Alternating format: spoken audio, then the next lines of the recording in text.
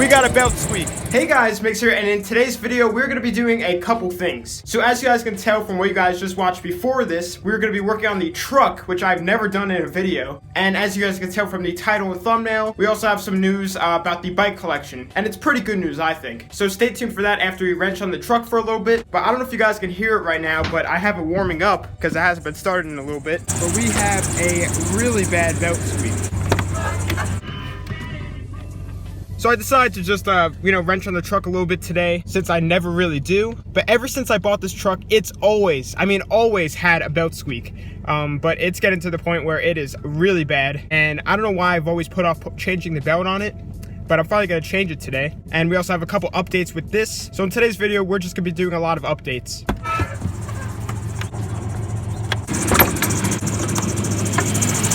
This thing is squeaking really bad, and it chirps from point A to B. I mean, it doesn't go away. So it looks like that we do have a little bit of side-to-side motion on there.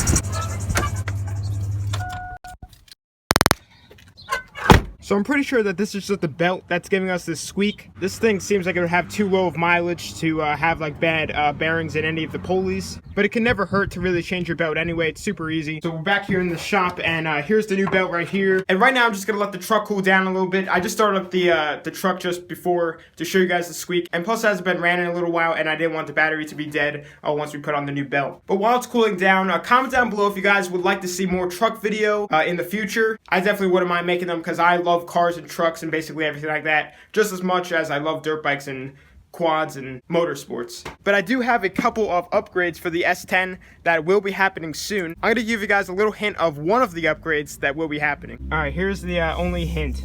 So definitely be on the lookout for that. Alrighty guys, so let's get started. First thing I want to do is remove the negative connector on the battery.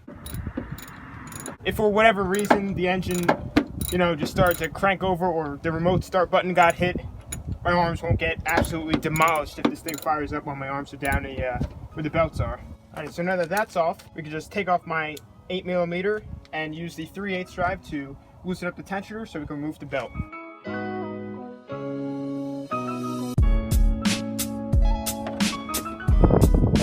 Just got to maneuver it around the crank pulley. And there is our old belt. Really doesn't look too bad, to be honest. But like I said before, it can't hurt to replace it. So looking at all the pulleys, none of them look bad at all. They all look really good. I don't see any scarring or any wobbling on any of them. Now that that looks all good, let's take out our new belt and slap it on.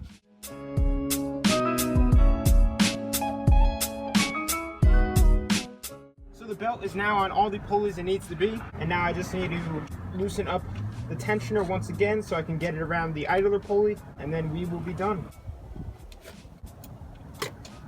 And there we go. So here's just a closer look of how everything looks. So now I'm just going to put back on the negative connector. Then I'm probably just going to blip the ignition a couple times and take a look at the belt just to make sure everything is staying on there. And then hopefully the belt squeak went away. Alright, so now I'm just going to go hop in, crank it over just a couple times, just enough so it won't start up. And then we'll double check everything.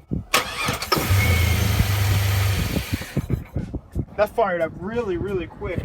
I literally just turned it and let it out and it started. Everything still looks like it's on there good, so now it's fired up and let it run.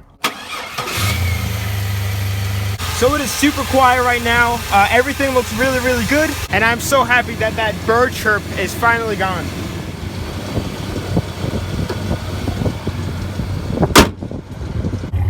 It sounds so much better without that squeak. I can't even get over that.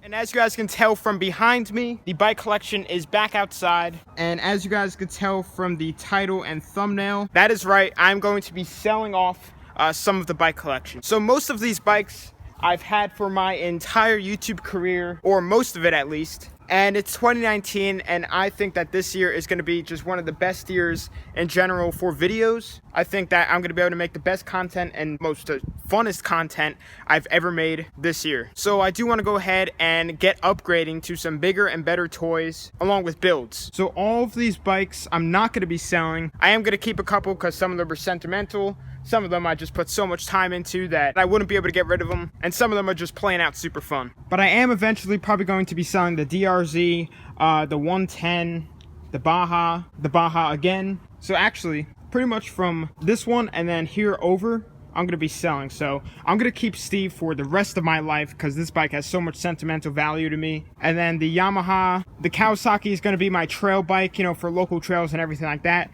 The RM is going to be my track bike because a 125 is definitely enough for me. Even though I do plan on trying to find a 450 or something bigger, maybe even a 250, and try and step up my game on the track because that's something that I do want to get way better at. And then we have the Mini Cup car, the Half Scale NASCAR, the NASCAR, whatever you like to call it. I might sell this thing eventually, but for now, I'm just going to have some more fun with it because once I sell it, I don't know if I'm going to be able to find another one like this. So I need to value it while I have it. So I figured I'd tell you guys all of this because if bikes just started randomly disappearing or whatever, I know a lot of you guys are going to be curious on why, and that's exactly why. We're just going to be moving on to bigger and better toys that are going to be way more fun for the channel. And I also want to get more organized with the builds because I feel like I've been all over the place with like builds and everything like that. So I kind of want to do something like the RM once again. Maybe not 10 months long like that one took, but something like completely just transforming a dirt bike. Because for those of you that don't know, here's a picture of how the RM got when I had it. The whole bottom end was shot. I didn't even know about that. I thought it was just an electrical issue. So that problem caused a 10-month long build series. The bottom end's all freshened up, the top end's freshened up, the frame was powder coated, I mean, new brakes, like new everything. And before I sell some of these bikes, like the DRZ or the 150 over there, I do want to clean them up and fix up some things. I have a new fender for it actually, and it's like an OEM one, so I do want to put one of those on, and I do want to clean all of that off. And then the 150, as most of you know, has the new top end in it, and I've been looking around trying to find plastics for this to try and make it look a little bit nicer, but I cannot find anything for United Motors. But if you guys do know any places where to get parts for them, comment that down below.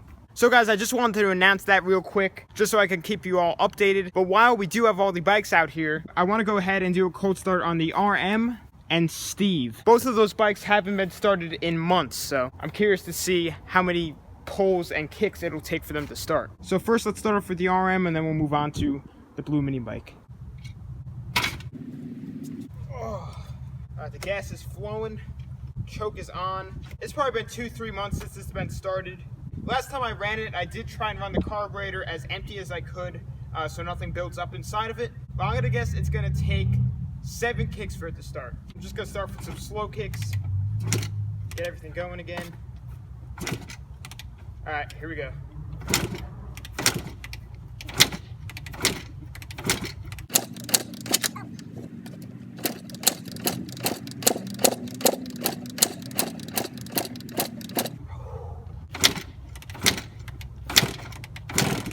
Oh, here we go.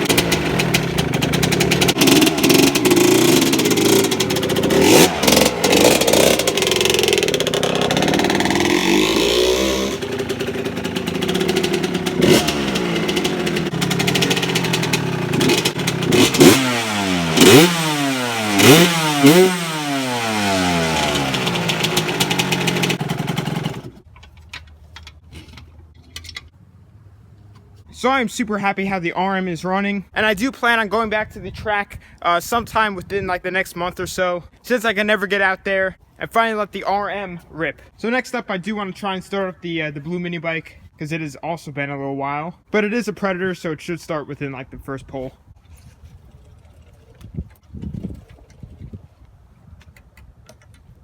Gas is on, choke is on, ignition is on. I'm going to go ahead and say 3 pulls. Oh. Yeah.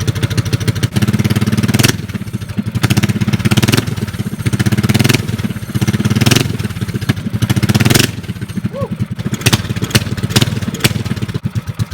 All right, Steve's running. running good. Alrighty guys, so I'm going to be ending the video here. Comment down below what bikes or builds you guys would like to see in 2019. I definitely am going to miss some of these bikes, but like I said, it's time to upgrade and move on to bigger and better things. But anyway guys, we just hit 60,000 subscribers, so thank you guys so much. 100K is on its way, and that rhymes. We are over halfway there, and I just can't believe that we're already almost there. But anyway guys, follow my social medias, they'll be on the outro of this video. But thanks for watching, please subscribe, like, comment, and tell your friends about the channel.